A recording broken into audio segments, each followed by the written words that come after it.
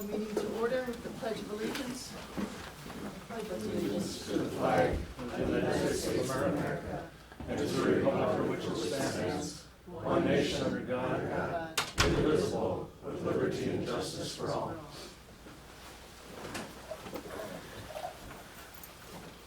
Okay, first order of business is the election of chair and a vice chair. Chair recognizes Commissioner Meyer. I would like to nominate Marshall Ward for chair for the 2020 year. I'll second that. Okay, we have a motion and a second. Motion made by Commissioner Meyer and a second by Commissioner Jacob to nominate Commissioner Ward as chair. Any discussion? All those in favor say aye. Aye. Oppose? Okay, congratulations. That was a hard-fought election, thank you. Yeah. Thank you for your vote of confidence.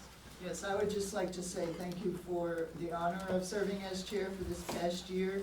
I think one of the most significant challenges that the chair faces and responsibilities is that the chair represents the will of the board in the public and during different speaking times. That's in our guidelines and our policy. And that's something that I took very seriously and I think is a very serious charge for our chair. So, thank you. I was going to give you a blue pen, but I couldn't find a blue pen but luckily Heidi always has a blue pen Oh, to sign like it. document Sign with a signing. black You can't sign with a black pen at the end, yes. Should be a red pen, while we're gonna spend money. You probably want the coffee pot. Yeah. Amazing your nameplate. Oh, geez. Should we do this? Look at that. High tech. All righty. Okay. Second item of business is be a vice chair. Accept nominations for vice chair. I'll nominate Greg Olson.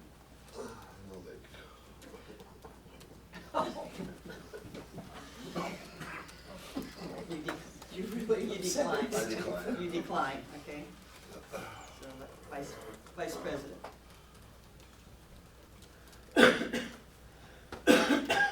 It's really not that hard of a job. Nominate Chris Meyer. I'll second that.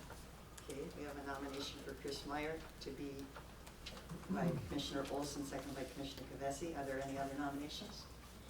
Are there any other nominations? Any other nominations? All right, we will vote. All those in favor of Commissioner Chris Meyer being vice chair, say aye. Aye. Opposed, nay? Okay, congratulations, Commissioner Meyer. Public comments. This portion, we did not have a sign-up sheet today, but anybody that wishing to address the Winona County Board, 2 minutes. And I don't know if we have do we have our timer? We have new video boards, so your 2 minutes will start there and you can pace yourself. Good morning. Hello, I'm Don Evanson, a resident of Rolling Stone Township at 16233 Denzer Road. Since 7:30 this morning, I learned that there's an agenda item. I see that looking at the public packet here, it's 8.6 in the committee reports, and I took a quick read of page 147 of the packet. It involves our duly elected president's executive order for the citizens of local governments to have a voice in the refugee resettlement issue on a local basis. I am disturbed that, and maybe I've missed something, that the citizens of the county weren't advised of some public hearings on this, properly advertised public hearings in accordance with the intent of the executive order, so that citizens would have a voice before there's decisions being made. Now, I see it's on your agenda this morning to make a decision to opt in, and I'm opposed to that for many reasons which I don't have time to get into. The president clearly wanted the local citizens to have a voice in this process, and I haven't seen that they've been allowed that. I think his intent, and if indeed not the mandate, is that citizens have a voice. And I don't see that you provided for that. Thank you for your time. Thank you. Is there anyone else wishing to address the county board on any issues? And just please state your name and address, please. Good morning, Emily Falk, 212 East Sanborn Street. And again, this morning, I would like to speak to the issue of the language regarding the large solar arrays in the ordinance. And again, ask that the commissioners consider that we need to move as quickly as possible towards greener, more renewable energy, and that large solar arrays are one way that we in Winona County can participate in that. And that by adding language that makes it more difficult for farmers as our partners in this process to identify with the developers appropriate places for these large solar arrays that they can connect to the substations is significant. And so I ask that you not include that language about the prime farmland, the class 1 and class 2 soils, and the restriction on that. I am a mother of an 11-year-old son who lives here in Winona County as well with us, with me and my husband, and I'm thinking of his future, and I'm thinking of how this will impact his understanding of your ability to be the leaders, because the young people today are concerned, they're getting anxious, and they want to see leadership from people like you. You have the decision-making powers in these areas, and if you're going to decide to make further restrictions on large solar arrays, I would ask that you explain it to the young people, my 11-year-old son. Thank you. Thank you. Is there anyone else wishing to address?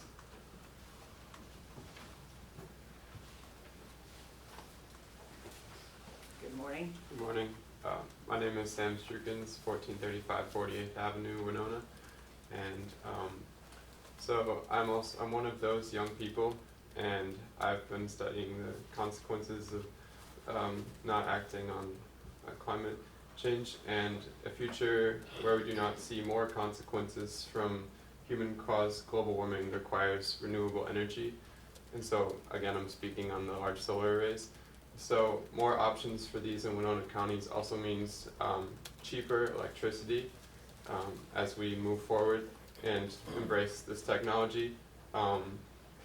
Also means diverse profits for farmers who can opt to have a solar array on their land when their crops are not selling, and the soil will not be compromised by using perennial crops and other recommendations on past solar arrays, as well as this will also mean local energy production then in our community.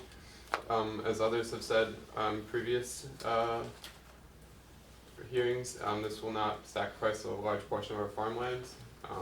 Figure was maybe 1% in Minnesota of solar arrays, and so the way in which we grow our food is also vitally important to mitigating climate change.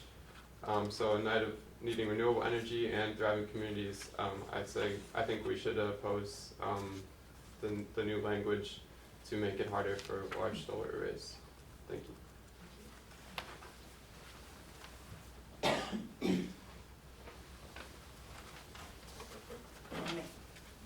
Good morning. Hi, I'm Janelle Dean. I live at 18508 Middle Valley Road in Minnesota City.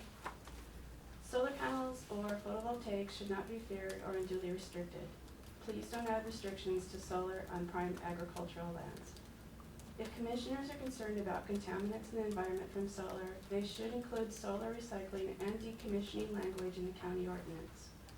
Brian Ross, Program Director at Great Plains Institute, states Clay County, Carlton County, and Stearns County all have decommissioning language in their county ordinances. Most solar panels are still operational, full, and usable after 25 years, and are at somewhere around 80 to 85% of their original rated capacity. The panel manufacturers manufacturers guarantee the performance to be 80% of rated capacity after 25 years, which is why we use the 25-year threshold for the life of a panel. The panel will actually produce energy for much longer. If only we could say that about most cars. There are new markets being created to repurpose older solar panels. Working for the Sun Solar in Fresno, California has made a business of repurposing older panels. They also recycle solar panels and state that 90% of the panels can be recycled. Community solar gardens in Winona County are installed above ground over perennial vegetation that protects soil and water better than standard farming. Renewables should be treated as a commodity, and just wanted to remind you that energy often creates harm to humans, water, soil, and air. An article released yesterday at the University of California San Diego News Center reported that the shutdown of coal-fired plants in the U.S. has saved lives and tremendously improved crop yields. Between 2005 and 2016, the shift away from coal saved an estimated 26,610 lives, or premature deaths, and 570 million bushels of crops. Anything we can do to support clean air, better lives, crop yields, and climate should be considered. Thank you. Thank you. Is there anyone else wishing to address the county board? Anyone else? Seeing nobody else come, we will close the public comment section. Moving on, agenda item 4, approval of the county board minutes from December 20th, 2019. Move approval. Second. Motion made by Commissioner Jacob, seconded by Commissioner Kavesi to approve the meeting minutes. Any discussion? All those in favor say aye. Aye. Opposed, nay. Meeting minutes approved. Item 5, acknowledge receipt of the approved committee meeting minutes, which include a land record September 6th, yes, road and bridge October 15th, and extension September 9th. I will move to acknowledge 5.1, 5.2, and 5.3. Second. Motion made by Commissioner Jacob, seconded by Commissioner Kavesi to approve and acknowledge receipt of the approved meeting minutes. Any discussion? All those in favor say aye. Opposed, nay. Approved. Consent comments and approval of the agenda items. Mr. Fritz, any? Okay, Commissioner Kavesi? No changes. Commissioner Meyer? I have an announcement. Announcements, all right. Commissioner Jacob? Nothing for me. Commissioner Olson? Nothing for me. Karen? I have an announcement. Attorney announcement? Pat, we never include you in this. Anything? No. Okay, all right. I do have just a comment on 7.1. So with that, I would accept a motion to approve the agenda. I'll move that. Second. Okay, motion made by Commissioner Meyer, seconded by Commissioner Kavesi to approve the agenda. Any discussion? All those in favor say aye. Aye. Opposed, nay. Okay, approved. Mr. Fritz, if you would read the, Did you want to make a comment for 7.1? yeah, well, if you want to read the, Okay, The 7.1, approved resolution establishing 2021 minimum salary for elected positions. okay, we just had a discussion about elected salaries, and this item is by state statute, and I found it kind of humorous when I was reading this, that the state statute, and we all know state statutes aren't always current with the time, and some statutes are very old. So we are setting, and the comment has been made when we set the elected salaries, that you knew what the job was when you signed up for it. We're setting the minimum pay for attorney, auditor, treasurer, recorder, and sheriff at $8,000. So just to keep that in mind in perspective, and maybe at some point in time, we start that as a base and we work off that. For some reason, the legislatures thought that statute we needed to take action on it. So I guess I need to follow statutes. That's part of our responsibility. So we may build our base off of that $8,000. It's my comment to Okay. humor in government. All right, Thank you. 7.2, approve change in February 25th, 2020 county board meeting time. 7.3, award bid and approve contract for 2020 official newspaper. 7.4, approve member to Workforce Development Board. 7.5, approve resolution appointing Karen Sanis as Community Health Services Administrator. 7.6, approve new office support specialist position in the License Center. 7.7, approve resolution to modify change funds. 7.8, approve resolution for Minnesota 2019 voting equipment grant. 7.9, approve resolution to establish various ballot boards. 7.10, approve LG 2020 gambling application for exempt Permit Bluff Country chapter of the Minnesota Deer Hunters Association. 7.11, adopt resolution for county depository. 7.12, approve resolution for Minnesota Trail Assistance Program. 7.13, approve Minnesota Department of Health 2019-2021 uninsured and underinsured adult vaccine program provider agreement. 7.14, designate publication of transportation projects on county website. 7.15, appoint Winona County Regional Rail Authority Board of Commissioners. 7.16, approve renewal of state of Minnesota snowmobile safety enforcement grant for 2020-2021. And 7.17, confirm payment of disbursements. That should conclude the consent agenda. Okay. Would entertain a motion to approve the consent business. So moved. I'll second. We have a motion made by Commissioner Jacobs, seconded by Commissioner Olson to approve the consent business as read into the record. Any further discussion? All those in favor say aye. Aye. Opposed, nay. Approved. Moving on to item 8, general business. 8.1, discuss resolution an amendment to the solar energy system zoning ordinance, chapter 4.2, definitions, chapter 5, administration, and chapter 12.3, solar energy systems. And that's on page 78. So do we have planning department here? Should be. Maybe Kate Qualley, There's- if there's any, for any clarifications or discussion. And Good morning. Lou Overhaul from our department is here as well, who came before you, the commissioners and the board last time. Last time, all right. So, one of the questions, reading this, is this the same language that was presented to us at the previous meeting? There were no changes. Yes, Madam Chair, this is the same language, the strikeout version and the clean version as well. Okay, all right. So discussion. Madam Chair. Commissioner Meyer. I flip-flopped around in the months that this was going through the planning commission, trying to decide what I thought was the right thing to do, because I believe it is important to protect prime soils. On the other hand, I think that for a farmer who's struggling and who could maybe give 15 acres to a community solar garden and make $15,000 a year and actually stay on their farm, that it potentially then helps more farmland to stay in crops than actually approving the ordinance as it's written. So I would like to strike under 5547, item 4, which is the soil classification test.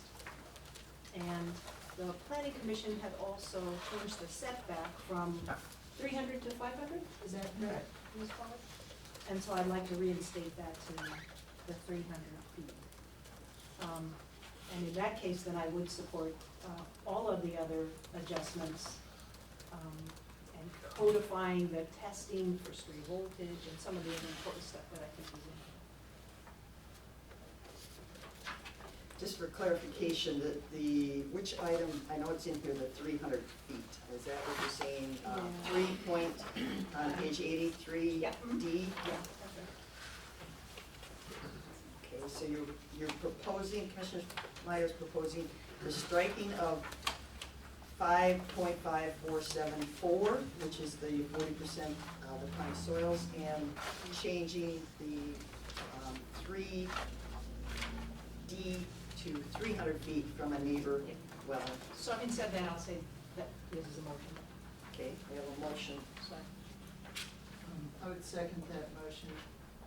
Okay. Further discussion. So that's an amendment? to the ordinance as it was presented. Commissioner Carrasco. I was present through the discussions with the planning commission, and I appreciate that.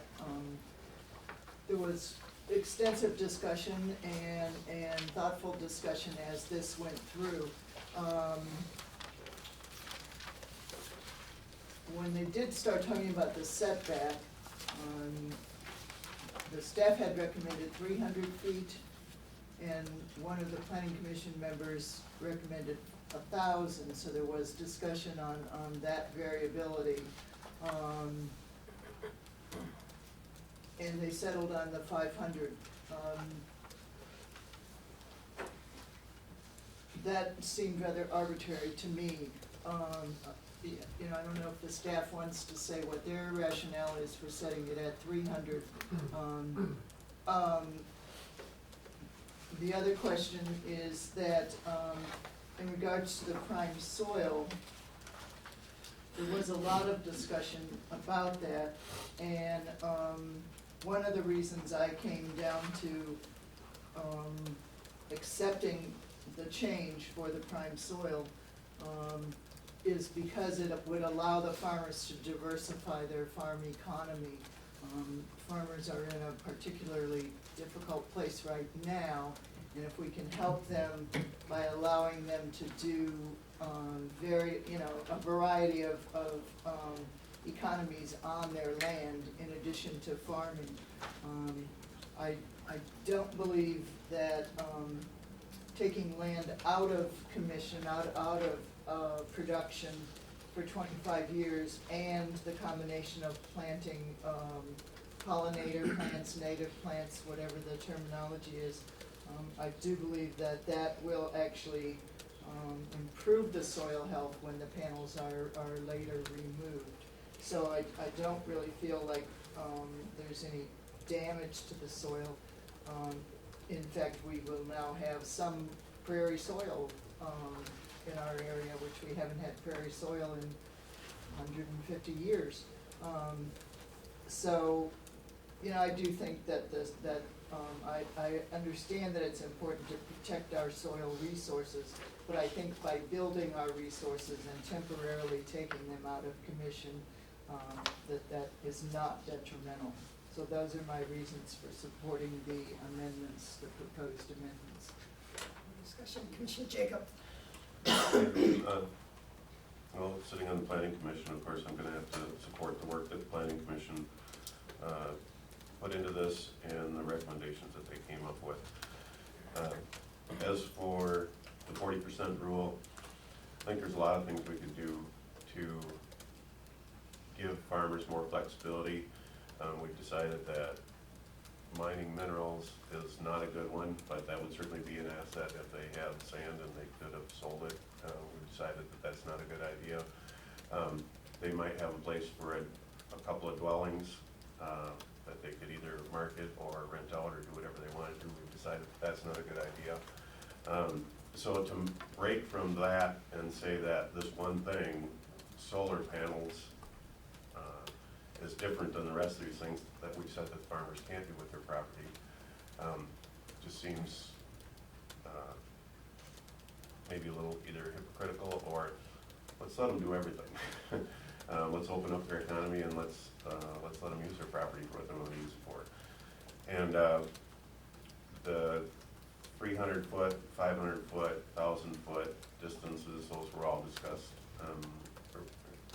in rather in depth at the planning commission level, and the 500 foot was the compromise that the planning commission came up with. So I would support the ordinance and the work done by the planning commission as is, and if there's a change to it, I won't support it. Yes, Commissioner Meyer. I certainly appreciate your position. And I think with respect to the examples that you've given, the idea that we should allow everything or nothing doesn't really make sense to me. And the kind of the movement from the 40% rule as it is applied to dwellings versus this 40% rule, the difference that I see is that the farmer maintains ownership and isn't putting up a dwelling that they're then selling and then someone else owns that. So the farmer actually retains the ownership and all the benefits of annual rent. And as Commissioner Kovesi has pointed out, in terms of, let's say, environmental mitigation, or, I mean, like, thinking about it in terms of that, I think that the placing of solar panels represents very little environmental risk as opposed to sand mining, or as opposed to a number of other uses of the land. So I think that it really is a different case, and then I decided, actually, since the farmer retains the ownership of the land, that it got the leap from the 40% rule as opposed to our dwellings in our zoning ordinance to this, it actually didn't make sense to me. It made more sense to let the farmer diversify and not try to control what they're doing. Commissioner Kovesi. Yeah, I appreciate the discussion, and I know, you know, from attending the planning commission meetings that this was not come to quickly. There was much deliberation. The reason that I would support solar and not support sand or housing on prime soil, solar is temporary. And as Commissioner Meyer has pointed out, the farmer retains ownership of the land. We're careful about the visual impact of our businesses on our land, and, you know, the sand and some of the other issues do not take that into effect, whereas the solar does. So the solar is temporary. You're not putting down concrete pads, you're not compacting the soil, you're actually enriching the soil. So to me, it gives a diversification to the farmer that is minimal impact and maximum benefit for the farmers and for our community. I'm thinking, this is not a good example, I should have the poster with me, but as I went through the Master Gardener training, there were some posters, and it showed the root depth of our prairie plants. And, you know, one picture is worth 1,000 words, so I'm not gonna give you 1,000 words about this picture that I don't have. But I was, you know, it is amazing the depth of some of those roots, you know, 19 feet, 20 feet, 25 feet. And that's routine, and we know that the soil health activity goes on at the root level. That's where the microbes and all of the good stuff is exchanged in the soil, and the soil is intensified and becomes more healthy because of that root activity. So I would, for those reasons, I'm ready to support the solar, the changes to take away, to remove the 40% rule and to move it back to 300 feet. Mr. Jacob. The statement that the farmer would not continue to own the property is, there's really no basis for that statement. The farmer certainly could continue to develop and own the property. I'm a farmer, I've got multiple houses, and that's a good fit for my farming operation. Also, as a farmer, I've had the opportunity to potentially rent land that came out of CRP. And I had the thought process the same as Commissioner Kovesi, that, well, that soil hasn't been used for 20 years, so it's gonna be good soil for me to farm. It turns out that there's absolutely no basis for the soil improving in 20 years. It'll be exactly what it was 20 years ago. Where we've developed improvement in soil is over thousands of years. We're not gonna see that in 25 years. And that's what the soil test proved that I did myself personally. So I don't think there's any basis to prove the statements that Commissioner Kovesi is stating on soil health improvement in 25 years. So I'll stay with my original support of the work done by the Planning Commission. Madam Okay, Chair. yes, Commissioner Meyer. So, interesting that you did test the soil, that's great. However, I think there is evidence, I've seen it, I've been attending soil water meetings and been on 2 soil health tours over this past summer. So I've seen the examples where the no-till soil is put in water versus soil that receives tillage every year, and the difference in its ability to stay together and have a healthy base for plants. It is a thing, that's the whole basis of the whole cover crop movement, so not sure that, The difference in the structure, there's not a difference in the chemical makeup of the nutrients in the soil. Okay, Commissioner I Kulis. have, as I was doing research on this, they are starting to, I mean, we know that at the root level is where the microbial activity takes place. So I'm not sure what you had planted on your land for 20 years. I do think it's valuable to do these kinds of observations and to make these kinds of tests. But we know that the cover crops and the prairie plants, or whatever you want to call them, the native plants, it improves water retention, so there's no water runoff, there's less erosion. It does improve the microbial activity at the root level, and it's there. You know, there are books been written about this, so you know, and I have attended some of the soil health workshops, and I appreciate that. Olmsted and Winona County Soil and Water have provided those. They are doing research right now to show, and it's farmer to farmer, how this is spreading. You know, the farmer is trying things, trying different cover crop variations, trying, you know, the no-till, whatever, and they are telling each other the differences. So it is happening right now. And I don't know how much improvement, I mean, I can't quantify how much improvement would happen in 25 years. But there's bound to be some improvement with the soil health. If you take it out of production, you're not putting chemical additives, you're not tilling it, you're allowing it to take its natural course. That is helpful to the soil. It's biblical if you want to think about it. There's a Jubilee year. It was every 50 years. So. Okay, all right. Commissioner Olson, do you have anything yet? Okay, my turn.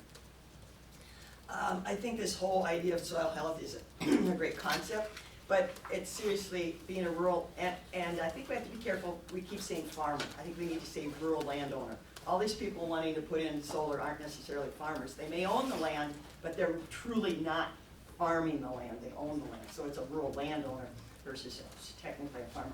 But soil health is so dependent on management. You can, you know, we're painting a picture that you're going to plant these beautiful little prairie plants and everything, and it's going to be beautiful, and the birds and the butterflies. It all comes down to management. I personally have some CRP land.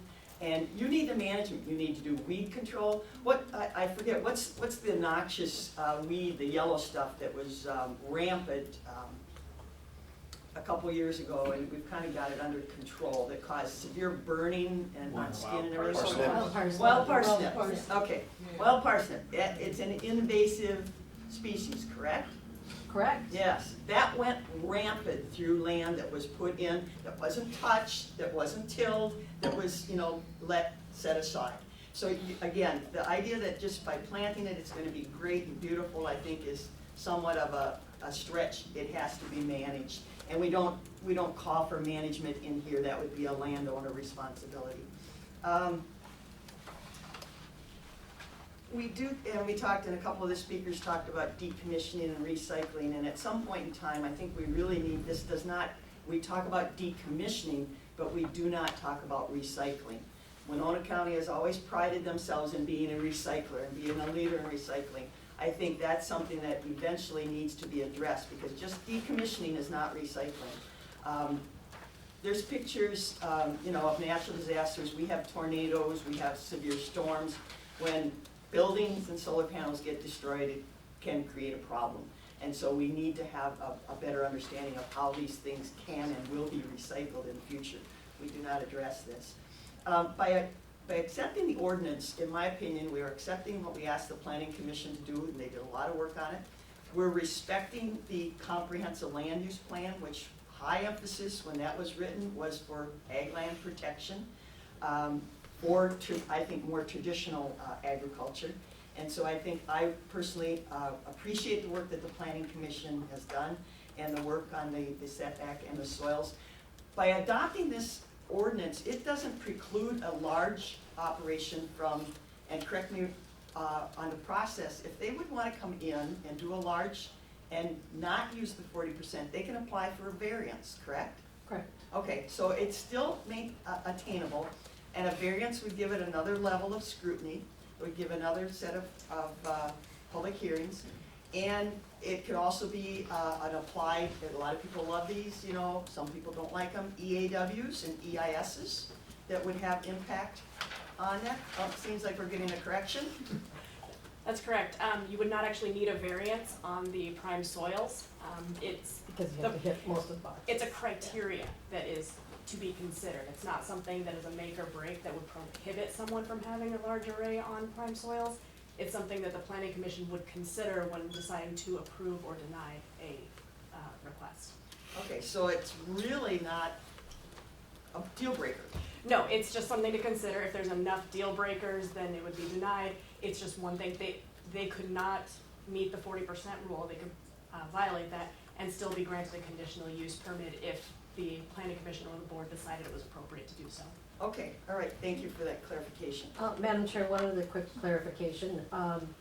Your packet, page 91, does include a maintenance plan for optimizing the plant material.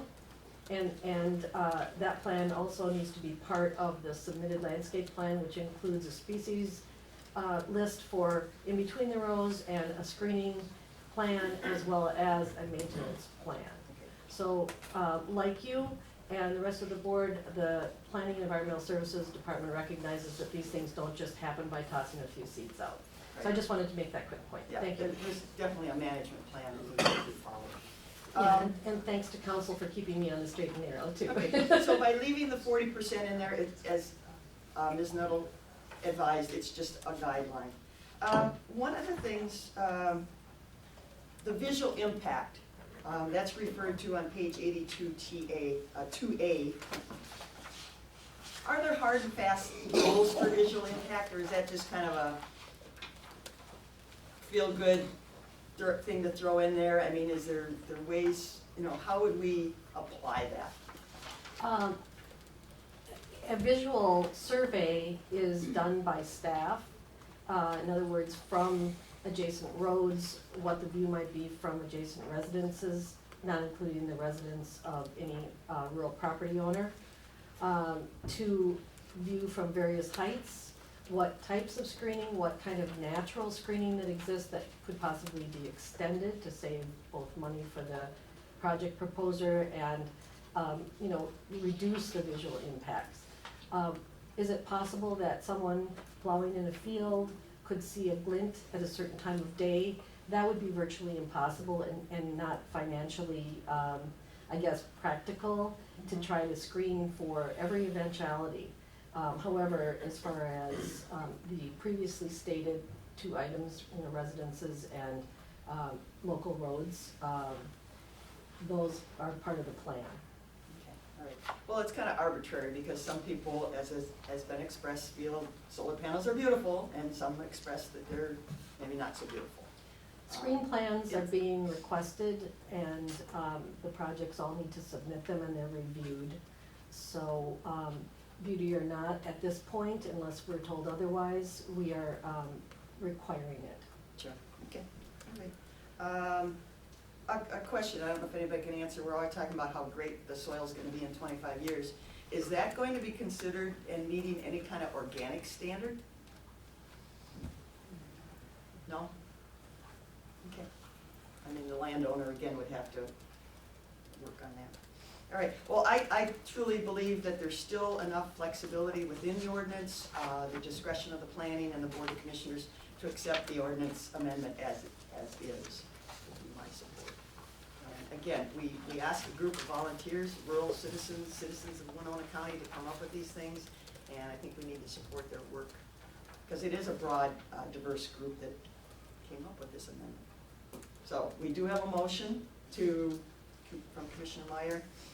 We need to vote on the motion, and that was to accept the ordinance with amending the 5.547, item 4 is remove the 40% or less, and then the 300 feet requirement from 3 on page 80D, and make that 300 feet versus 500 feet. Am I correct? Okay. Any further discussion? If not, all those in favor of the amendment say aye. Aye. Opposed, nay? Nay. Nay? Okay, carries 3-2.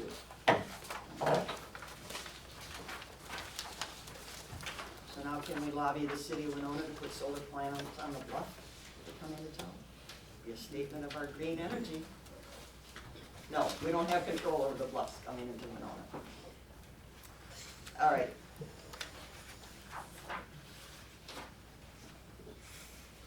Department recommendations, 8.2, receive recorder's department update. To Oh, me, I'm that sorry. seems like a point of order. I feel Yes. like we only voted Oh, on the amendment? amendment. I don't feel like we voted on adopting the ordinance. Okay. Okay, so Okay. my Okay. intent was, however, Commissioner Ward did restate it as if it was both. Yeah, okay. So, Okay, so now I I would really need did to. think it was, be a separate vote. yeah, You want to yeah, let's have a separate vote? separate. Okay, I apologize. Okay, so now we need to, so we've adopted the changes to the ordinance. Now we need to have discussion on adopting the ordinance, or a motion to adopt the ordinance. I'll move to adopt the ordinance. Second. Motion made by Commissioner Meyer, second by Commissioner Olson to adopt the ordinance for large solar. Any further discussion? All those in favor say aye. Aye. Opposed, nay? Nay. Okay, passes 3-2. All right, thank you for that correction. Department recommendations, 8.2, receive recorder's department update. I think, and Bob, you're on cue, Bob. Good morning, Bob. Well, good morning, thank you. Because of the very short time period from the first of the year until today, we have an annual report for everyone. We don't need to go through all of it right now, but I think when you get a chance to look at it, you'll find it quite interesting, I hope. Is that all of 2019? This would be the entire year upon the 2019. We've got a number of different pieces that we frequently are asked for. Thank you.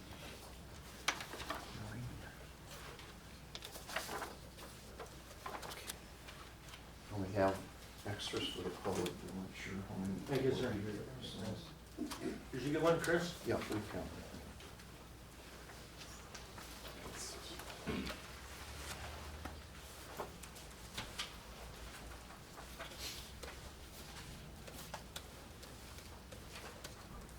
2019 was, from all respects in our office, I think a very positive year for home sales. We actually had a few more homes come on the market, and that helped because of the very significant demand that was unfulfilled during the last 2 years. We had 34 more homes that sold in 19 than 18. 71 sales of homes were over 300,000. That was up 42 from the year before. And we've never had a significant increase like that on the high end, pretty substantial. And all the way through 2019, we saw higher prices paid for homes, and we saw more expensive homes being sold. 2019 also had a real interesting start. For the first time ever in the history of the county, during the first quarter, the 3 most expensive homes were all in St. Charles. Winona's always been part of that, and I think that's a reflection on some of the activity that's happening in St. Charles, especially with the Rochester, let's just say, overflow getting out further and further. I was in St. Charles during the year and talked to a group of 19 people, many of them retired, but 6 of them still actively working as administration people in Rochester.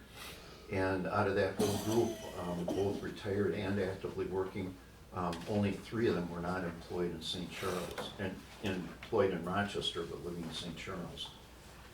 All right, at the end of the year, we had our 3 most expensive homes. The highest was $662,000, was a home on Garvin Heights. And then we had a second high, and that was in St. Charles, $605,000. And the third highest was $551,000 for a home on Lake Boulevard in Winona. So 2 in Winona, 1 in St. Charles for the highest for the year.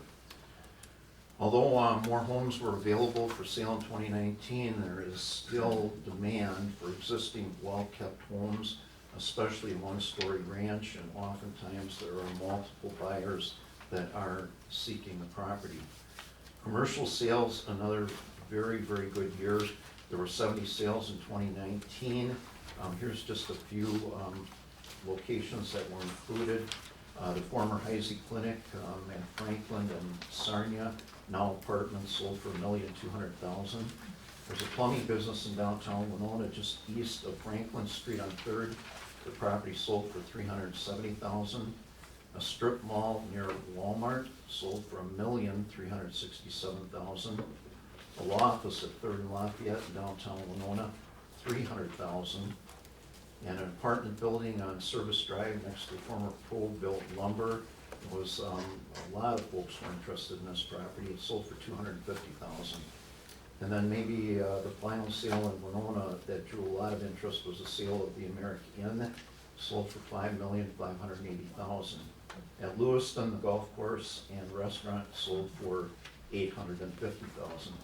Countywide, the category that had the most sales, and by quite a big jump, apartment buildings. All right, our rural land sales, lots of interest. The number of sales was up. We had 37 compared to 28 in 2018.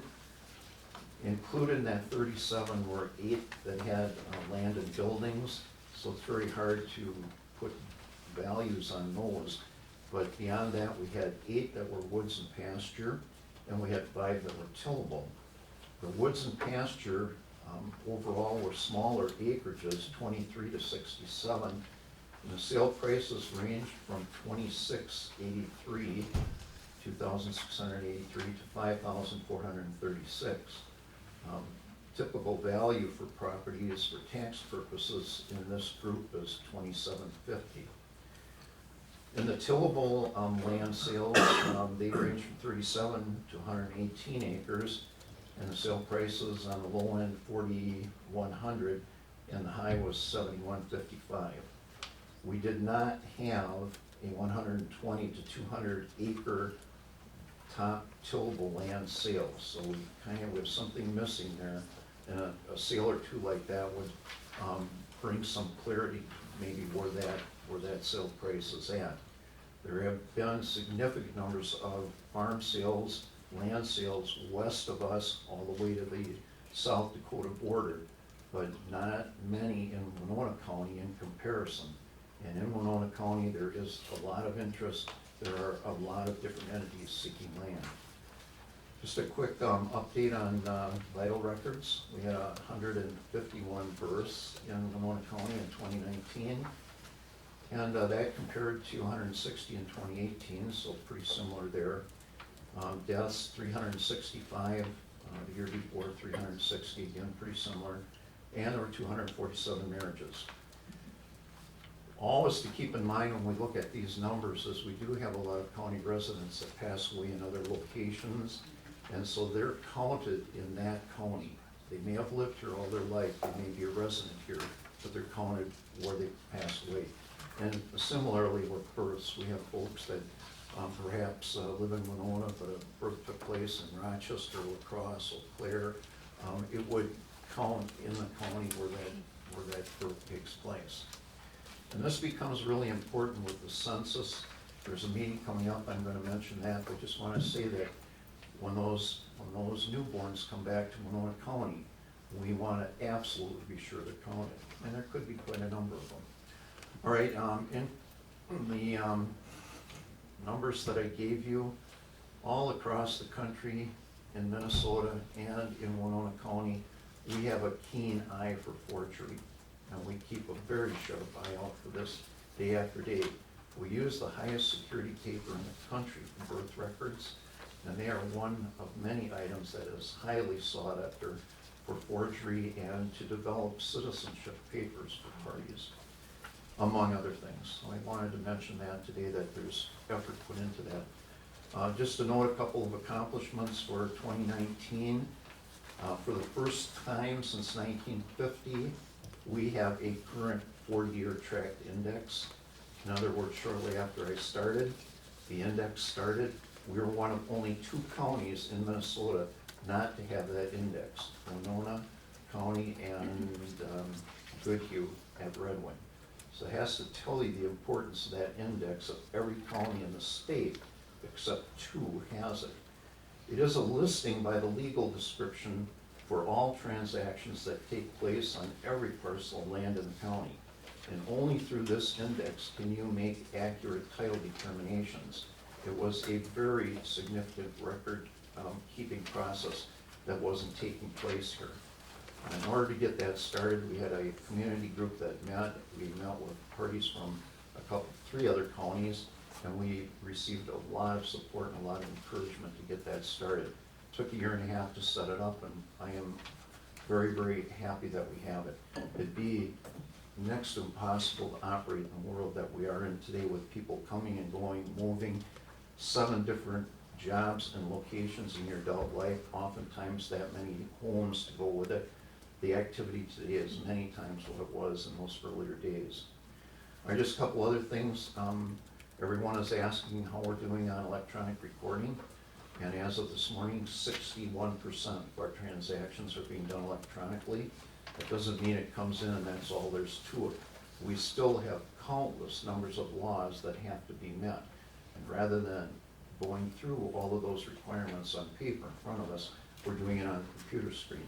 The huge benefit is that when we say that that document's recorded, we approve it, parties that are submitting it have that immediate assurance that it's being processed.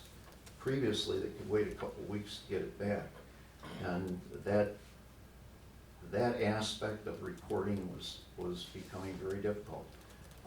Real estate, especially mortgages, is part of commerce. They're bought and sold every day. Parties need them, lenders need them immediately to bundle and sell. So this has really, really brought us forward, and we're very proud of the numbers that we're achieving. One last thing, our off-site access is being used by 30 customers. They pay a fee to the county, it covers the cost. There's not a cost of taxpayers for that 24-hour day access. All right, 2020 starts out with a financial accomplishment, the recorder's office, that I don't think we've ever achieved, and it is very, very challenging for us because the amount that I'm going to tell you about is $55,000. At your last meeting in 2018, you approved, at the recommendation of administration and myself, an agreement and work agreement with Triman Systems. They've been our software vendor for 20 years. And during all of that time, all that was available was a 1-year contract for maintenance and new work initiatives. We had some meetings with them, and they decided to consider a 5-year agreement, and that's what you approved. When you approved that, it meant $26,000 a year rather than $47,000. Over 5 years, that's a $55,000 savings. And I'm very proud of that, and I was very proud that it was approved. The one final piece that really concerns me, many agreements like this leave us out there, and we're tied in for the 5 years. We have no options out. Before I would even consider it, the language had to be there that allows us to pull out at any time during the 5 years. And I think that's the key. So I appreciate the support in approving that, and I'm not sure that everyone understood the savings that were going to achieve over those 5 years. Thank you. In the news this morning, more talk about the census and more thought, serious thought, that Minnesota is going to be losing congressional district. And then that already has brought several people in with comments about how those future districts are going to be laid out. We fit two patterns. We are rural and we're also very residential, very outstate metropolitan. So here, whichever way it goes, if there's more metropolitan added, we have background for that. If it becomes more rural, we absolutely have background for that. But one less congressional seat in Washington DC, that definitely is not beneficial to Minnesota. The next census meeting is January 23rd, 7:30 in the morning. It's going to be at 119 East 3rd. That's the office of Engage Winona. They're doing the leadership with the move from the government center to this building. It really was very, very difficult for the county to lead the census movement. We're very appreciative of Engage Winona, but we are still very active, and we will be identifying events where we want to have census presence. At the present time, the census has Winona County down 636 from the official numbers that we received in 2010. The reality of that is because we are an educational community, that number is greater than that, and it could be much greater than that. So we really want to do everything that we possibly can to ensure that everyone in Winona County is counted. The census very shortly will be doing mailings. They've started some public service announcements as well as paid announcements. Census Day is April 1st, 2020, and from, I think this time forward, we're going to be hearing quite a bit about the census. All right, any questions on the handouts? Again, you have current information through the end of 2019, and I want to say I appreciate the excellent help that I have in the recorder's office. People there understand the need for the numbers and the numbers of requests we get, and they work diligently to keep those current, and that makes our business go better every day. Thank you. Bob, is this report available online? Yes, it is. Okay, Yes. under your department, or is Yes. it one of the? And I am going to ask administration if we could run this for a few days. I think they're numbers that a lot of folks are looking for. Yes, a lot of people find this an important report. Okay. All right. Thank you very much. Thank you very much.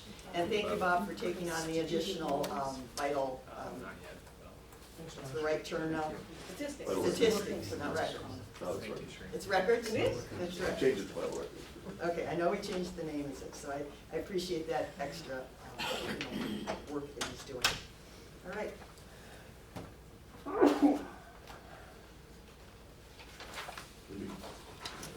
8.3, discuss and/or appoint citizen advisory committee volunteers, page 95. We have, at the last meeting, we did make some appointments. Were those considered official at the last meeting when we had some, I think those were considered Yeah, those are official? whatever one we did at this Okay, point, all right. right? So today we have Board of Adjustment and Planning Commission. And so Board of Adjustment, we have 2 vacancies. We received 5 applicants. Mr. Schwantz is eligible for reappointment. And then we had new ones of Michael Alexander, Elizabeth Huberline, and Andy Pronovish, and Rich Micro. Yes? Can I move that we reappoint Mr. Schwantz? Yes. Second. We have a motion to reappoint Bill Schwantz to the Board of Adjustment by Commissioner Meyer, second by Commissioner Bessie. Any discussion? All those in favor say aye. Aye. Opposed, nay. Okay, approved. So Bill Schwantz is reappointed. Now the new position.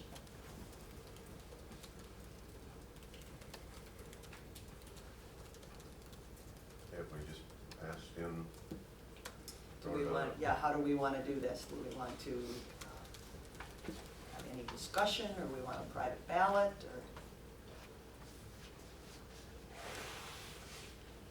just a couple points that I would make. The Board of Adjustment is, of course, the body that makes very important decisions, and it is the rural landscape of Winona County.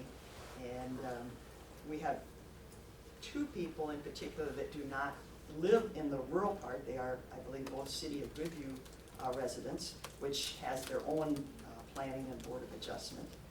And so that does leave two people that live in the rural landscape.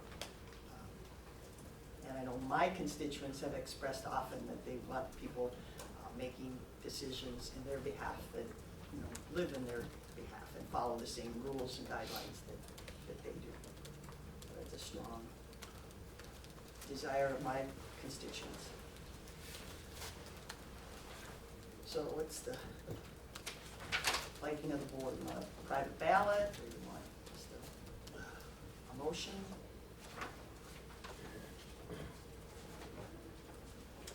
I'll make a motion for Elizabeth T.E. Huber, PhD, appointed to the Board of Adjustment. I'll second that. So we have a motion for Elizabeth T.E. Pugline, made by Commissioner Olson, seconded by Commissioner Meyer. Any discussion? Commissioner Jacob? I'm gonna support Mr. Andy Cronebush, who serves on the Soil and Water Conservation District. I think he'd have great insight on that board. So I'm not gonna support Elizabeth Hubline, and if her motion fails, I will make a motion to support Andy Cronebush. Commissioner I would support Elizabeth Hubline. She is a rural resident. She has some very careful reasons for wanting to join this committee. And I would support her nomination. Thank you. Commissioner Meyer? I do support Ms. Hubline, but I also just want to say that and Mr. Kernbush has done a great job. I go to soil water meetings because I learn a lot, and I've learned a lot from listening to him, so I'm grateful for his service.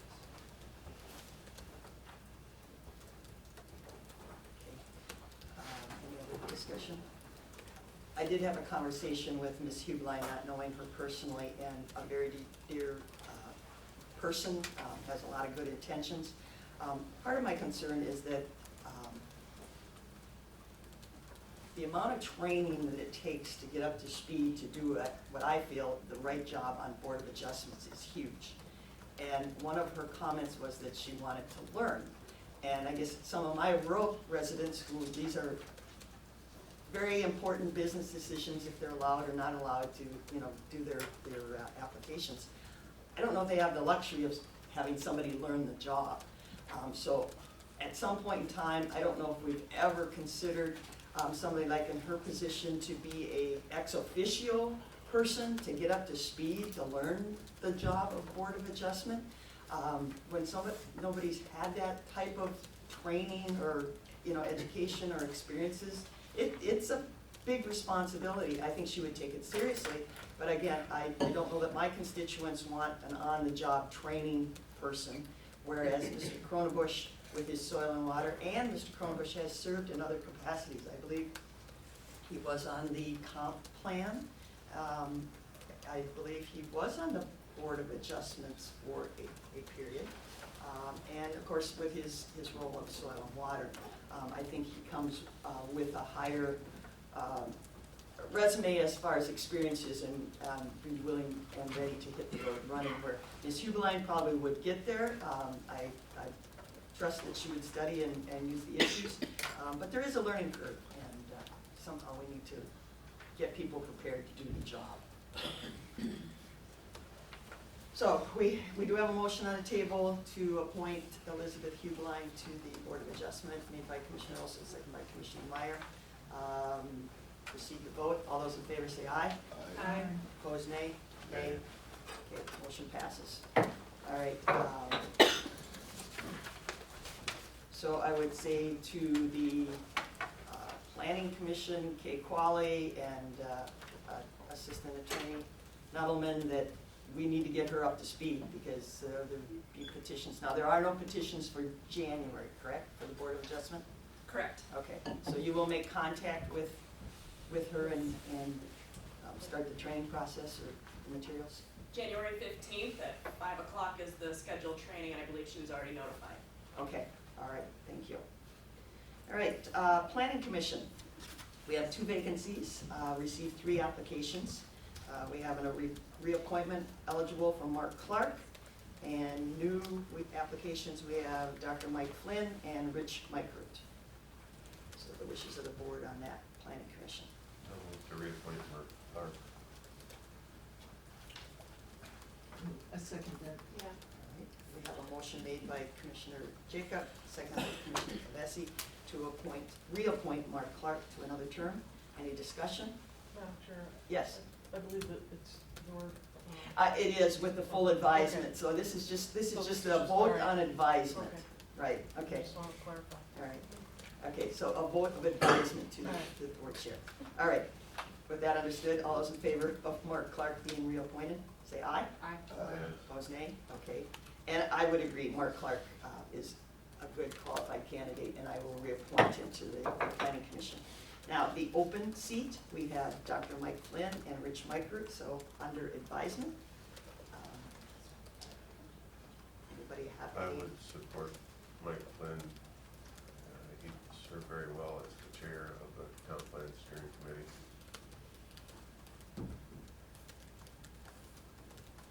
Also a township officer chair. Anybody else have any? I personally know both gentlemen, and Dr. Flynn has, yes, he's got a lot of experiences, and of course, he's not afraid to express his experiences, but he does know the job from both being I think he was a zoning administrator for the township at one time. I think Hillsdale maybe had their own planning and zoning many years ago, and like other townships did. Commissioner Kavesi. I appreciate both of the gentlemen, their background is extensive. Mr. Microot has possibly more economic development experience because he has just served, completed 6 years of service on the Economic Development Authority, and I think that's very valuable experience also. So they're both very well qualified, and I appreciate that we're getting qualified applicants. Okay. Well, like I said, I've had conversations with both gentlemen. I have known both gentlemen for a number of years, and I would like to appoint Dr. Mike Flynn to that vacancy on the Planning Commission. So I appoint Mike Flynn. And we appreciate, we should send, actually to all the people who apply to all our committees, a letter of thank you. And I would ask maybe Mr. Fritz to ask the department heads who those Planning Commission say thank you. And I think one important thing is that we keep these applications in a active or a current file, because it's cumbersome for them, say there's openings next year and somebody wants to apply, to fill out that long lengthy form. So somehow in our system, we need to maintain that information, and then if they want to reapply next year, we can just hit a button and say reapply. So letters of thank you for applying will be sent to all the people who applied for our different committees. Appreciate that, thank you. All right. 8.4, discuss county board appointments to the 2020 boards and committees. 133. We can go down the list.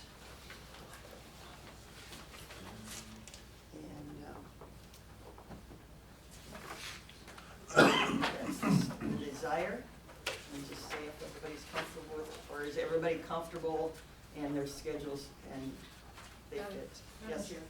Mr. So, Meyer. I am on the SEMCAC board, and, Okay. yes, and, I was sort of hoping someone else would be willing to take that position. I have difficulty driving at night, and the meeting is at night, and they don't get done until about 9. In the summer, it's fine, because it's light out, but in the winter, I sometimes miss as a result of not feeling comfortable about driving home.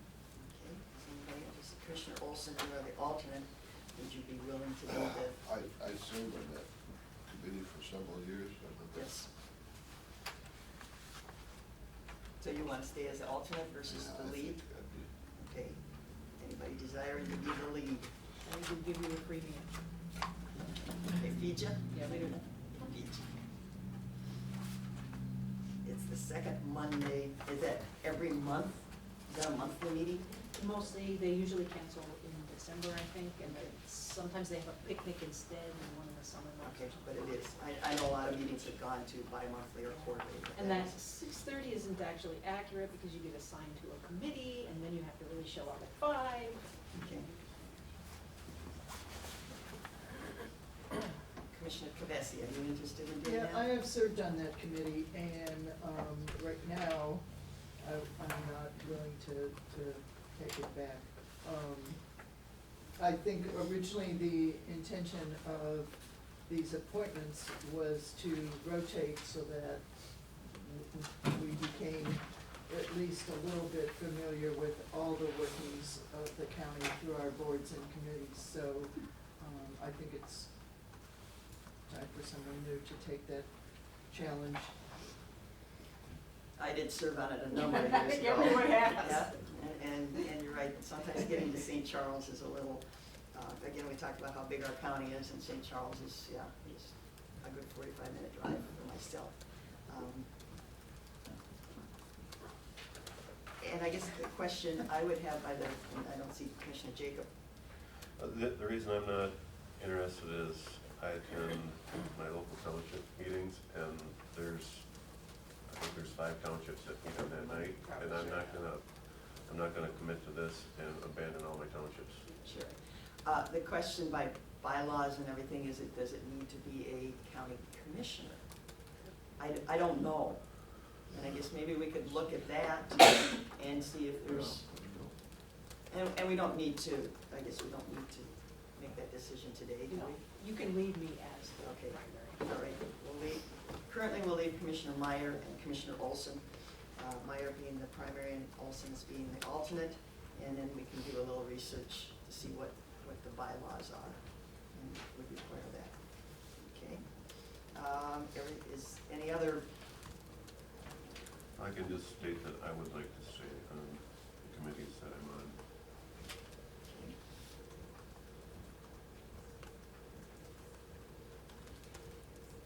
any other, everybody else is comfortable with it?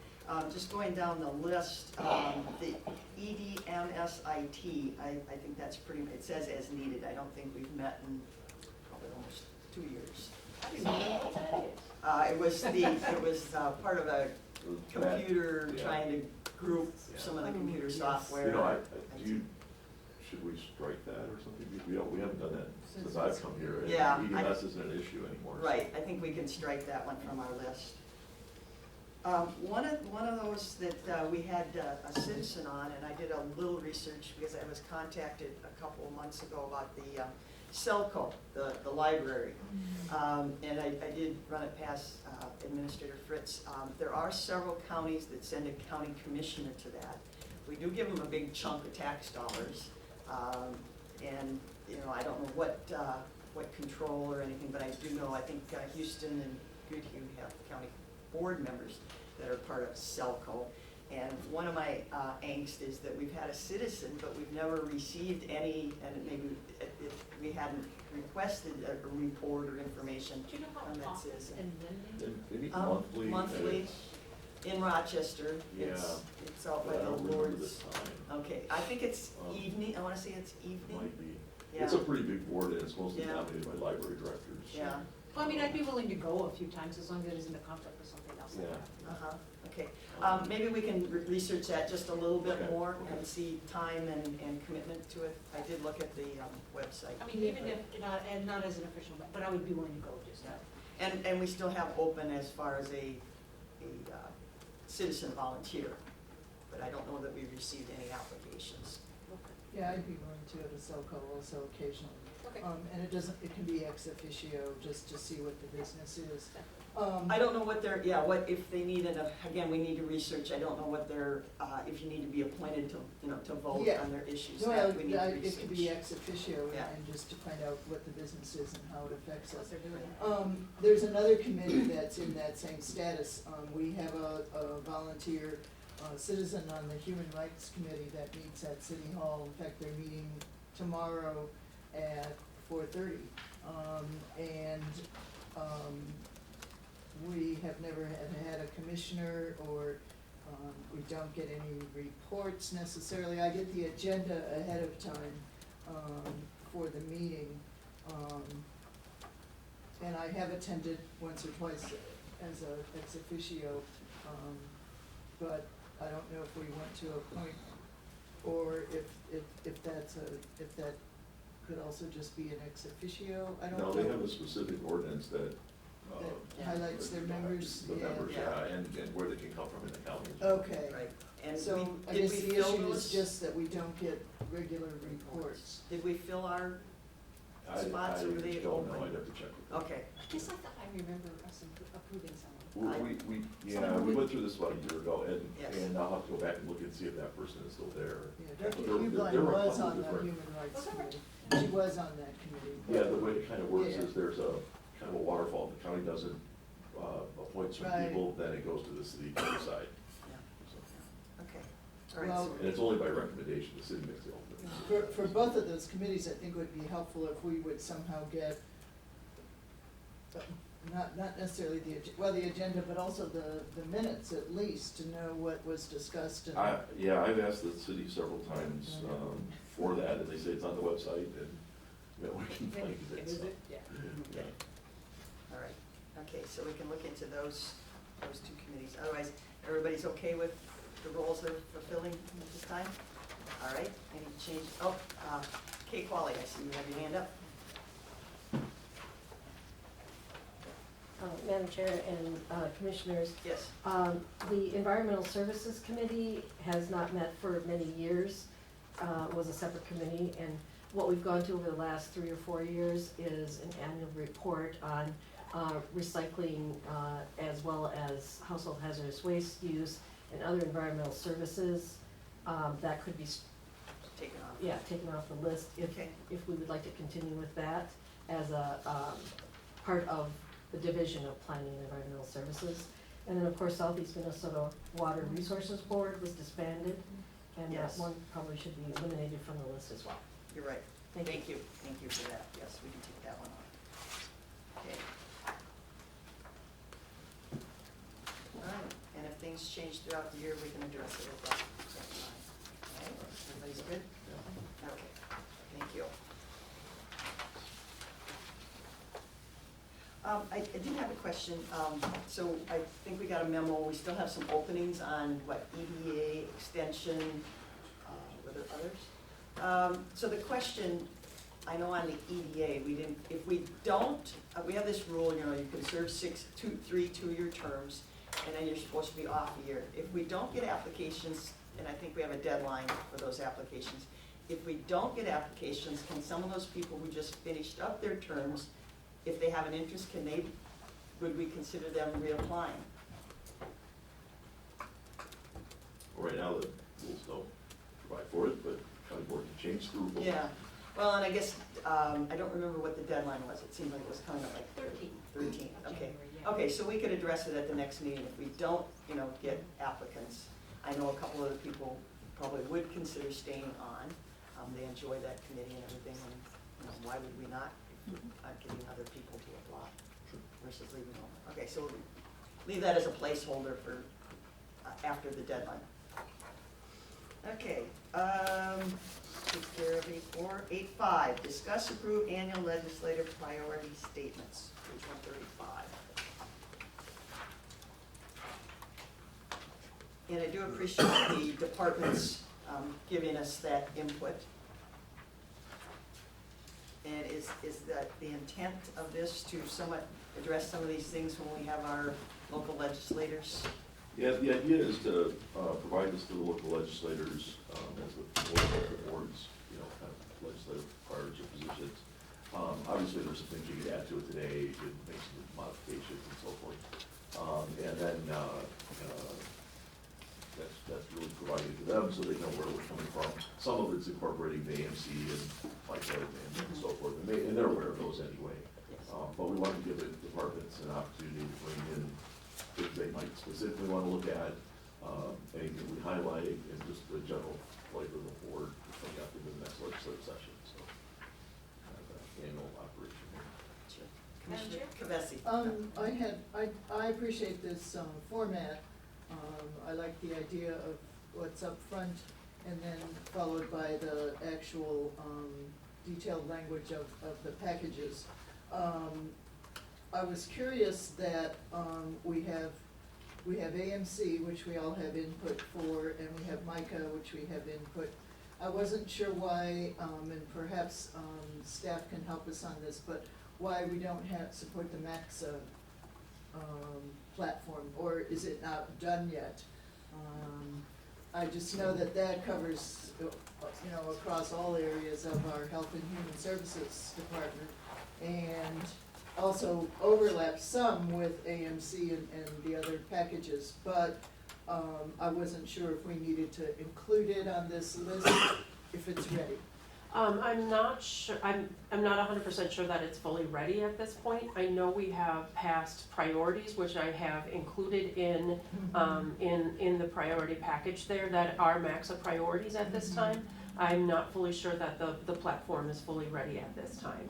I will double check on that. Okay. If it is ready, I will send that out to everybody. Okay, thank you. And so people know, MAXA is the, Minnesota Association of County Social Service Administrators. right, Yes. and so there's a fine line there, Commissioner Kavesi, is that what the I understand. AMC, what the AMC platform supports and these professional employees of counties, what they support. And I think MAXA always runs theirs through the AMC policy group first. That is correct. It We was- can't have conflicting priorities Right. from the Right. AMC. It was directly discussed at the Health and Human Services Committee this last round. But it's, I just think if there's a chance that there's some items in there that we particularly want to highlight that didn't quite come up in AMC, it could be helpful to all of our human services departments. The other issue that I thought perhaps we could give highlight to, I know that the restructuring of the Department of Human Services at the state level, I'm not sure what the status is, I'm not sure anybody knows what the status is, so but it is being discussed. I am And- thankful I'm not in charge of that. Yeah, but it was also highly debated and discussed at the AMC legislative program, and the major part of what people said was that the AMC needs a seat at the table, and they had some very careful language, which I thought was very well stated. Now I can't find it, but on why that why we're mostly interested in following that, which to me is a no-brainer, because the local organizations, the local counties are responsible for delivering the health and human services programs. So if someone else designs the restructuring, then we're left with perhaps some mandates that are difficult to put into place. Yeah, and it's difficult to forecast kind of where they're going with this, because it is kind of like, they do their planning, and it's like, it's a secret, and then they reveal it, and then we get our input at that point. I know some of the talk is I think it's the behavioral health and treatment piece of it, is that's what they're really focusing on at this point, to break that off into a separate, more of like our CBHHs, our community behavioral health hospitals that we have throughout the state of Minnesota. Anoka Metro Regional Treatment Center, that would be separate, a separate agency from DHS, a part of DHS, but kind of broken out into different sections. I know that's been some of the talk up front, but at this point in time, there's nothing concrete. At this point in time, I think there's a lot of finger pointing. Yes, there is a They lot. haven't figured it out. Right, yes. And the news article from Governor Wolf's that came out yesterday, I believe it was, you know, he really wants to mend, he's stating that he wants to mend, you know, our collaborative relationships with DHS, but it's still, we're still getting talk that we are going to be billed, correct that? And so, you know, he can talk all he wants, but this is really up to the legislature to determine whether or not counties are gonna be held accountable for reimbursing this money. Yes. A couple things. One, I suggest maybe we add to that bullet point on the front, having counties, you know, have a seat at the table during discussions. I can pull from the AMC language. Yeah, That's great. not a problem. And then, to kind of talk about the structure of just the report, AMC and MICA are the organizations that the county belongs to, specifically to represent counties. MAXA and MACA, for instance, are professional associations that, you know, we belong to. So we didn't include those because they typically work in concert with AMC and with MICA to make sure that they don't have conflicting messages going to the legislature. So adding them in, a lot of times what happens is some of the things that they're looking for end up in AMC or end up in MICA. So we didn't, because, I you can know, understand that, I think. well, we didn't have, like, I'm sorry, Yeah. if there was one for the county finance directors, for instance, that they go through MICA, you know, so the professional associations are a little different.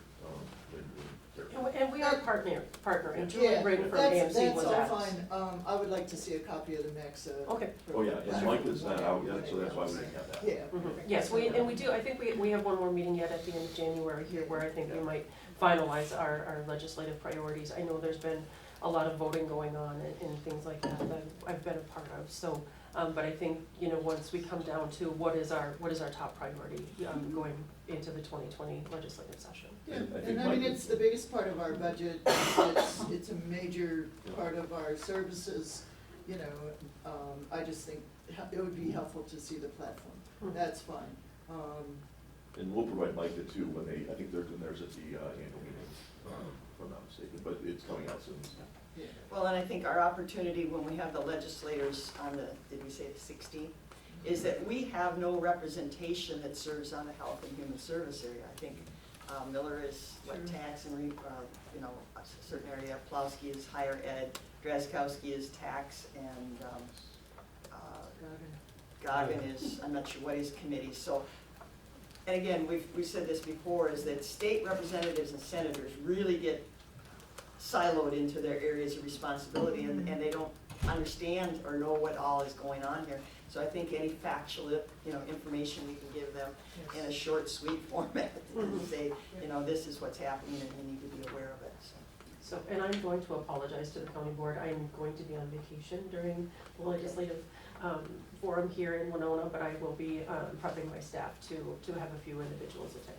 Okay, appreciate that. Yes. All right, thank you. Madam Chair. Yes, Yeah. Commissioner Mata. So, my question, I appreciate this, No, I appreciate all the work that goes into, all of the issues, especially those that come directly from our staff and not necessarily through the associations. I'm asking for more education is really what I'm asking for. From having conversations with Mr. Bambenek, I understand what his requests are, and they've been discussed at the land records meeting. And I understand the planning environmental services, conversation, those requests. I have to say, health and human services is mind-boggling to me, and I've said that to you before. And it is, you know, records is very black and white. Human services, we are in 95% gray, you know, because we're dealing with human lives, and there's no two human beings that are alike. So we deal a lot in the gray areas, so it is difficult. And there's a bazillion acronyms that I don't know what they are. So, so I guess I'm thinking at some point if we could, for me, would love to have just like 5 or 10 minutes on each of those topics to better understand exactly what is the issue. I'm more than willing to have some time with you. And I don't know if anyone else is interested. Maybe you already know. I would be interested because there's always details that need refreshing or highlighting or whatever, and Well, it is a very complex area. with that said, we should have our discussion before we meet with the legislators, so we have a consistent message. Unfortunately, I cannot attend that. And you won't, That's right, the, right. like, but we don't have a meeting before we meet with the legislators. No, but we don't. are you suggesting that, you need the education before you support this? Or- No, Yeah, you just certainly wanna don't. get general Just education. General education Yeah. is what I'm Yeah. asking. Yeah. Yeah. So when we meet with the legislators, I would ask that Karen have her staff have some really specific, what did Winona County spend? They like to know exactly, what did Winona County spend for, say, such and such a program? And now what is the state saying we have to pay back? I mean, if we can come up with some very specific facts and figures, that's what they like to see. How did it impact Winona County, their constituency? Yes. Okay, and maybe we can set up a work session, Human Services 101, 2, 3, 4, and ongoing. More than happy to. All right, okay. So we can all review this and get more comfortable with it, because there's a lot of stuff in here, and again, we'll see the legislators on the 16th. All right, anything else on? I'll go ahead and make those couple changes, and then I'll just circulate it, say this is what we're gonna provide at the meeting. Okay, And you would provide them maximum stuff to all of us. Anything we can get, even if I have a draft with like Micah, for instance, we provide it, it's just, they're not official. official. Yes, Yeah, right, okay, and that's that it. I've seen. Yeah, yeah. All right. Okay. Then I think we're would good. like It's okay, a thank you. working Session on these topics also. All right, so that can be a future, Okay. because then we also have the opportunity at the AMC Ledge Conference at the end of February. Right. And again, we have several opportunities to address these issues. Good for now? All right. Moving on, 8.6, discuss approval of opt-in response to President's Executive Order request, page 147. I'll do a little intro here, and we All right. have Fatima, you know, come up, Fatima. We were notified that the county has the opportunity to opt in or opt out of the refugee resettlement program. It's indicated in the presidential executive order, which is in the packet there. Basically, this is a refugee program that's run through the Department of DHS, and then they work with a local resettlement organization. It's different in each county. And then it's a pretty specific program that deals with about, I believe the capture is 18,000 refugees across the country. In Minnesota, and I provide some information on the numbers in Minnesota, it's been very small, in the 800, I think in the higher group, yeah. Yeah, and then Winona County, and Fatima can correct me, we haven't had any of these kind of resettlements for a while. But again, the president's asking for counties to opt in or opt out. Well, opting out is basically not doing anything. Opting in and sending them a letter saying, yeah, we're in. Some of the information in the background isn't completely understood in terms of whether this will be an opt-in every year. The meetings we had with DHS indicated they felt that this would be something the county would probably do each year, would have the opportunity to opt in or opt out of the program. So, and I'll let Fatima take it from there. Thank you, Ken explained that very well. Well, my name is Fatima Said, and I'm here because I appreciate very much that you put this on your agenda today. Refugee resettlement is very near and dear to my heart, personally as well as professionally. As you know, most of you know that I came in this country as a refugee 26 years ago. And for those that don't, probably can see by my beautiful accent that I came from somewhere else. But I'm especially today here to share with you why should we take more refugee. I hope, you know, like we heard that President Trump says we will take 18,000. I'm very happy that 18,000 coming to this beautiful country and we'll have opportunity to build a new and better life. But I also hope that some of these 18,000 will come to Minnesota because that's a very small number. Why Winona County should take more refugee and immigrants? It's simple. As we heard Bob, in 2019 we had 151 new babies and we had 365 deaths. So we are aging state, aging region. We know from our private sector that we're suffering big workforce shortage. So in my professional career in the last 15 years that I have been here in Winona County, I worked with many, many private sector businesses and agricultural businesses, farmers. They all calling and crying for more people in our community. So even if you don't look on the human side of helping people that are displaced because of war or some disaster in their homeland, we should look for ourselves what is good for us. So I don't think so we will get many, because 18,000 is such a small number for 50 states, but I hope that some will come to Minnesota and maybe we will be lucky to have few. On the personal note, being a refugee and coming in this country and being an American citizen for 22 years, I'm extremely grateful to our Constitution, to our state, to United States of America for giving opportunity to me and others to build a new life. So I'm happy to answer your questions. I hope you will see why we should do this and send a letter of support. Many counties already did. Some send a letter to the governor, some send a letter to directly to the Washington to Secretary Pompeo. So I hope that Winona County will be one of those. And by the way, even if we don't, refugees are free to move immediately when we arrive. Wherever is the first station for me was New York. You know, after that, when I get my I-94, I can move wherever I want. So even if you say you don't want to take any refugees, if I arrive to Rochester, I have right to move immediately next day to Winona if there is a job opportunity or I want to live in smaller community. So any questions? Commissioner Kavesi. I have a question, and I'm taking into account the remarks prior to the board meeting. I see on page 150, there's some question and answer discussion, and my question is, it says towards the bottom, it says the executive order goes into effect on June 1st, 2020. After that date, refugees will not be placed in jurisdictions that have not offered consent. So that's double negative. But then it says local resettlement agencies must submit next year's placement strategies by January 31st. If a jurisdiction does not offer consent before this date, it is possible that refugees may not be resettled there in 2020. So I'm not clear on what the deadline is. Is the deadline for the county to respond the 31st?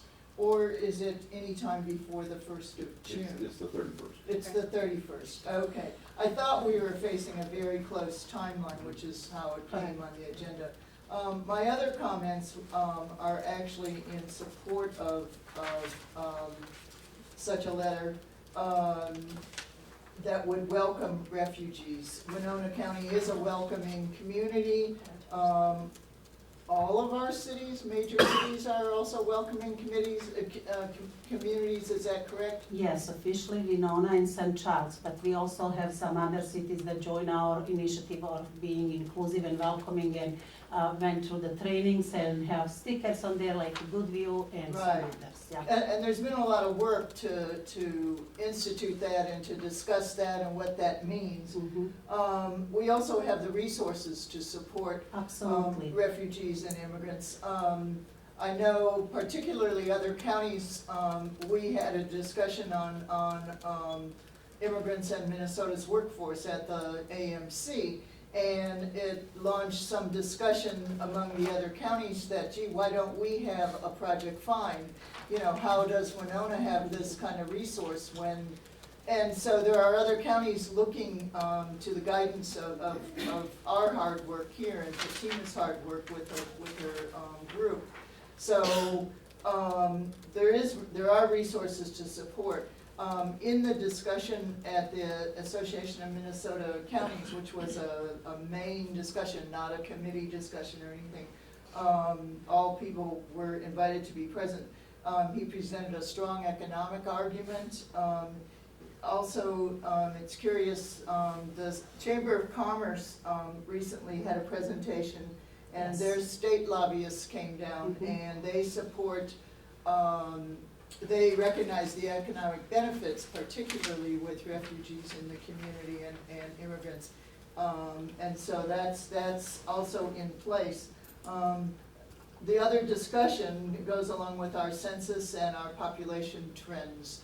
So some of that was in the handout by at the AMC. So those are all reasons why I think it's important to welcome new members to our community, to support them as they make the changes and work to become American citizens.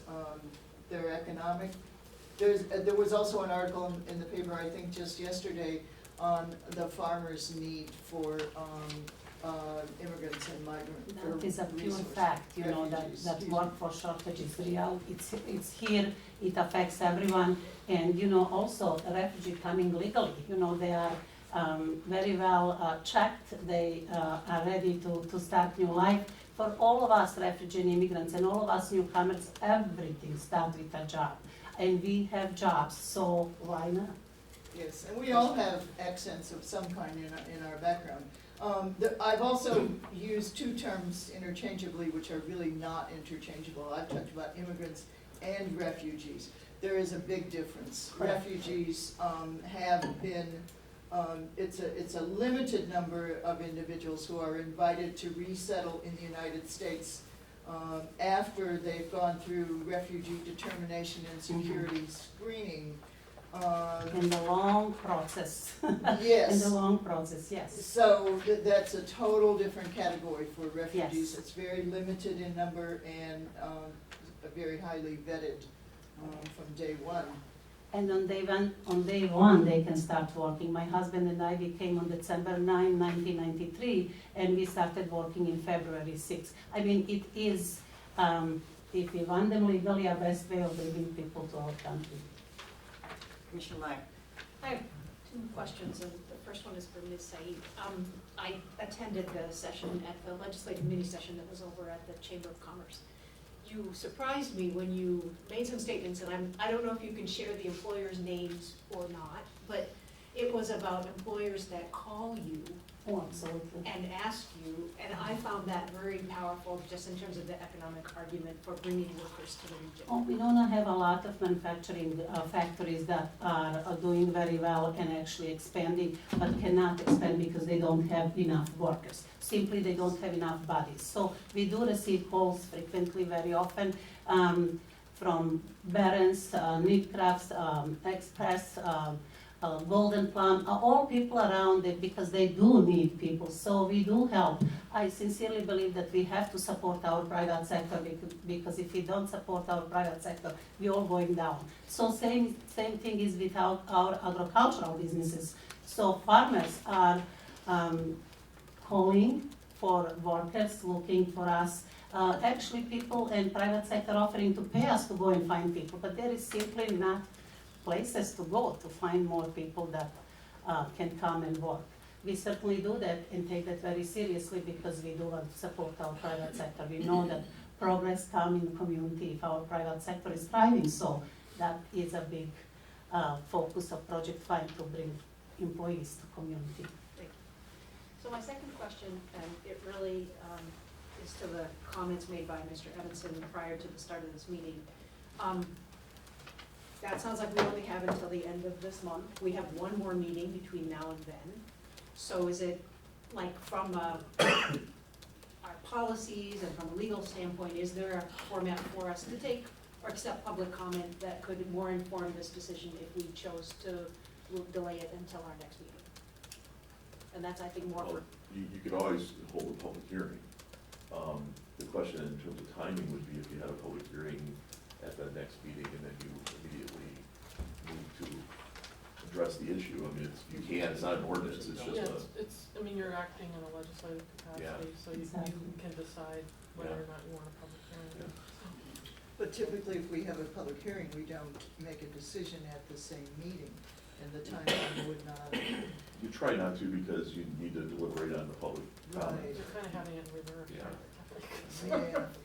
But I think a couple of the concerns and questions is that Fatima, Winona County has the resources. I think there's a question of, these are legal refugees, they're vetted, Correct. their services. Correct. And I've talked to Permanent other. residents immediately when they walk out from the plane. Right, but they receive federal funds Yes. when they are legal refugees, and the funding follows them wherever, no. No. It's where they first land, where they Right. first, so when you were in New York, your money, and again, it's the resources. There's some concern if we bring more people in, are they gonna be a draw on the local taxpayer to support them? Maybe you can explain that. I'm gonna share my experience. We will pay our ticket back. So refugee come here with someone else money tickets, like charity, Catholic Charity is a resettlement agency, we have that here in our community. I came to the Catholic Charities. First paycheck when we started receiving our income, we started paying our due for our 4 tickets that my family had. So for first 90 days? 90 days. 90 days, they may receive help. After 90 days, they are on their own. An organization like ours to help them find the resources and get the job, sign kids for school and all this. Winona County certainly can do that with no problem. Project Find is here to help them all with all this that they need. We also have churches and individuals that are calling and saying they are happy to step in and help if it's needed. But really, there is not much that after these 90 days that government have obligation to protect. Okay. And Ken can talk more about that. That's a Yeah, concern. typically they try to locate refugees with family members, which is another support system. Right. And where, you're right, that where they locate them first, there's a 90-day kind of support window by the federal government. Should they move, they lose that 90-day support window, but they can apply for a 30-day kind of support window. Sure. There's been some discussion. So one of the on questions, that. or one of the things that kind of that comes up is if you say you don't want to allow refugees to settle here, and they settle in Rochester, then they immediately move to a family in Winona County, they're not gonna have the federal support that they would have had if we would have allowed them. Right. So there's kind of a little Yeah, there's a twist catch. there. Yes, Yeah, yes. And then we've assumed, and I don't think this is the right assumption, we're assuming that the refugees are all entry-level, low-skilled workers. no. That's not true. That's not I mean, true. you didn't start out milking cows. I didn't start milking cows. I started as assistant teacher in Head Start program in Rochester, There you go. went to school, and here I am today. Same is with my husband who came as a surgeon. He started working as an interpreter. We provided for our families, keep educating ourselves. It took him 9 years to go back to surgery room, but he did. So we roll our sleeves and do what we need to do to build a better life. Right. Well, I think we were kind of targeting refugees as being low-skilled, but that's not true. You come Some from are, all some are different- not. It's Right. same like in our family. You have 5 brothers. They are all different education, different skills, different opinions. So Yes, okay. Yeah, I've had refugees that came in as electrical engineers and they're delivering newspapers. They will take any job and while they're And then doing work it, their they way. will of work course, to we have to improve. feed our families, and really we appreciate opportunity. Like my husband always says, nobody can take away my education and my experience, but I appreciate opportunity to feed my family and work on my own. So Yes. Okay. There was a question though, and it's a little in the front pages, it says award period, maximum extent permitted by law, rolling basis. Those are all government very vague terms. Yeah. So we don't know if we have to do this every year or They haven't is it decided, they're still interpreting the executive order. Order? Yeah. Okay. All right. Any other comments? You had a couple of questions. Okay. We had a meeting this month that we canceled, so is our last meeting, The 28th. it's a week later than normal. No, it would have been the 14th to the 28th, if we hadn't had this first meeting. Yeah, we're having a big gap because we had the first meeting early. Yeah, the 28th is Canceled the the regular 4th. meeting. Right. Okay, so anyhow, if we were to put this on the agenda for the 28th, can we still, if we decide we want to approve it, make the deadline to meet the 31st, which is what's Yeah, on I mean, the the board, yeah, we could- Right.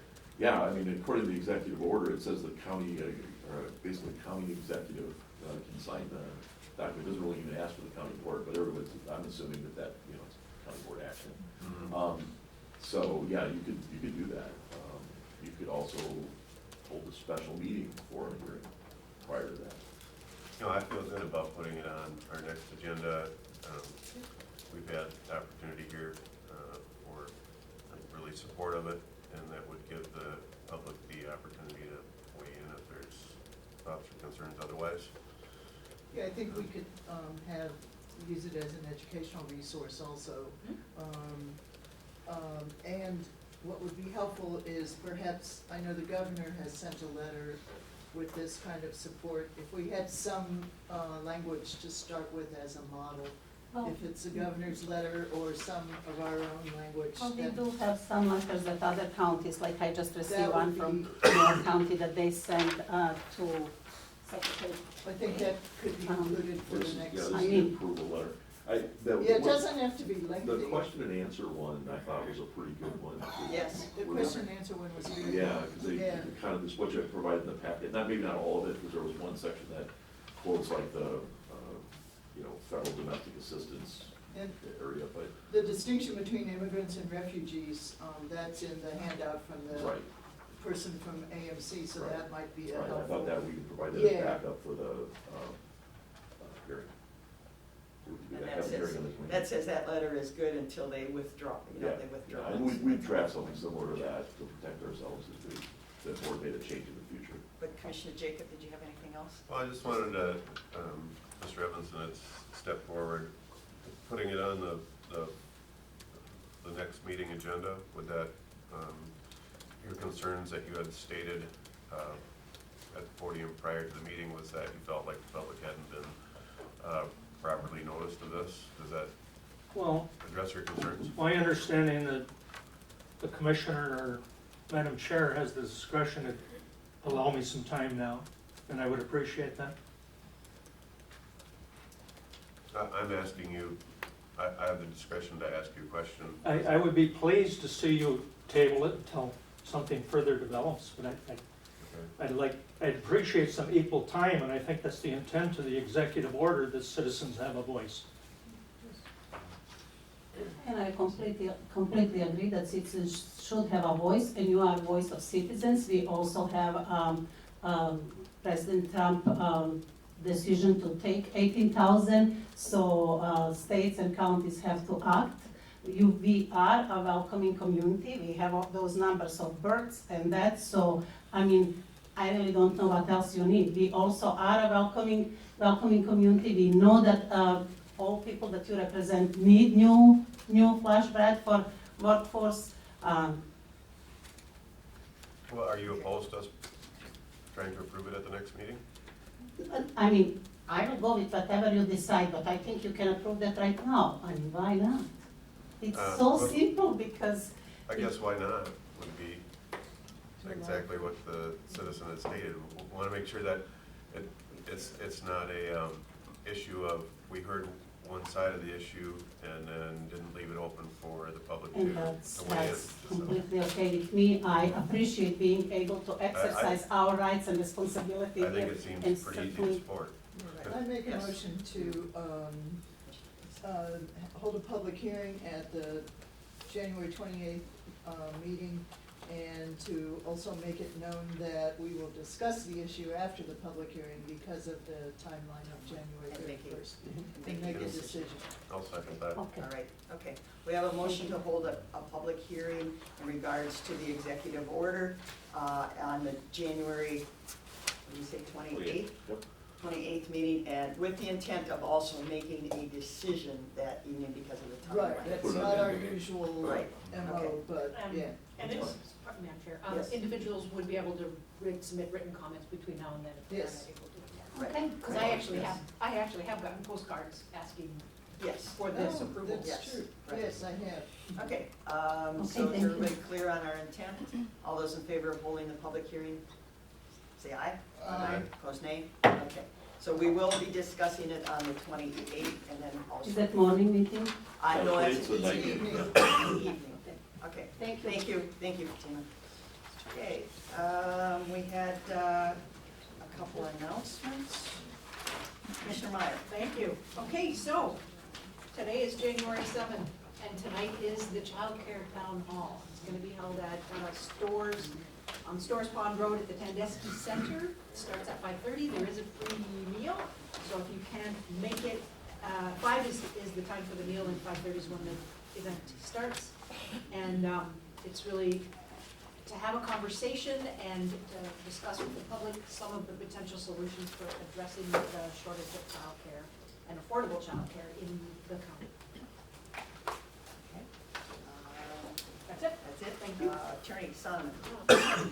Yes, speaking of the legislature and elected officials, the Criminal Justice Coordinating Council and the League of Women Voters were co-sponsoring again for, gosh, I don't think it's our 9th or 10th year, the Elected Officials Forum, January 18th at the Winona History Center, Wannock Room. It's from 9 a.m. to 11 a.m. There's a free continental breakfast that we're providing. It's open to the public. We have confirmation from Representative Kowalski and Senator Miller, as well as several county elected officials, and we're hoping to get others from across the county, mayors, which we usually, as well as school board, once they elect their chair this year too. So please come out. It's Saturday morning, and probably a great discussion given the year that's coming up. So, thank you. Okay, all right. With that, being no other business, would entertain a motion to adjourn. Also moved. Second. Motion made by Commissioner Myers, second by Commissioner Kavesi to adjourn. Any discussion?